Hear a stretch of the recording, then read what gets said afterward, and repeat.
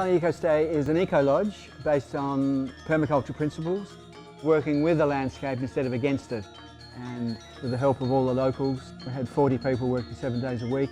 We put the thing together and yeah, it's been a fantastic project. All our bungalows are very different because they're all designed to attract airflow and to fit in with the environment.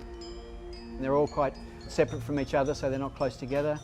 And they're all very traditional design.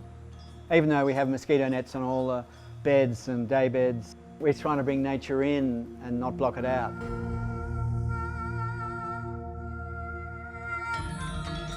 We have 7 different walks which have spectacular views, and you walk through villages and rice paddies and food forests and get a real feel for the place.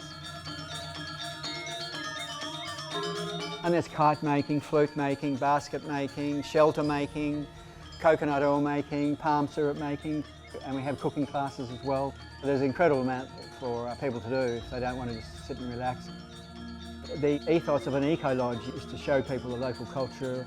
And the whole idea of going away and staying in a place like this is to have an experience, and that's what we try and create. If there's a ceremony on, the Balinese are so accepting of people going to their ceremonies, so we get you all dressed up and take you and explain the whole process to you.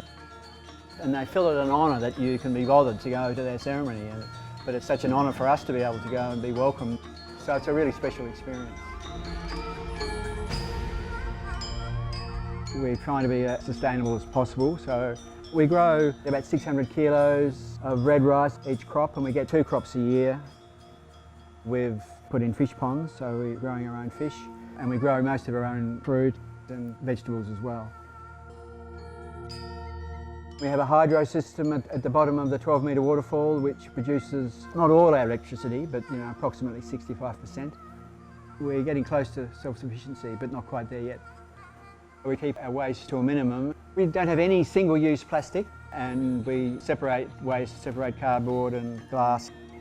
In the surrounding 6 villages, we collect all the inorganic rubbish and send that down to a recycling centre in Tabanang once a week. We don't own the land, we just lease the land off Indigenous people.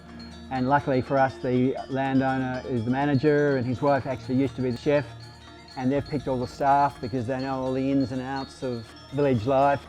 And we've been able to help the community, employ quite a few people and help with the development of the school and many other projects. So it's been a really rewarding experience.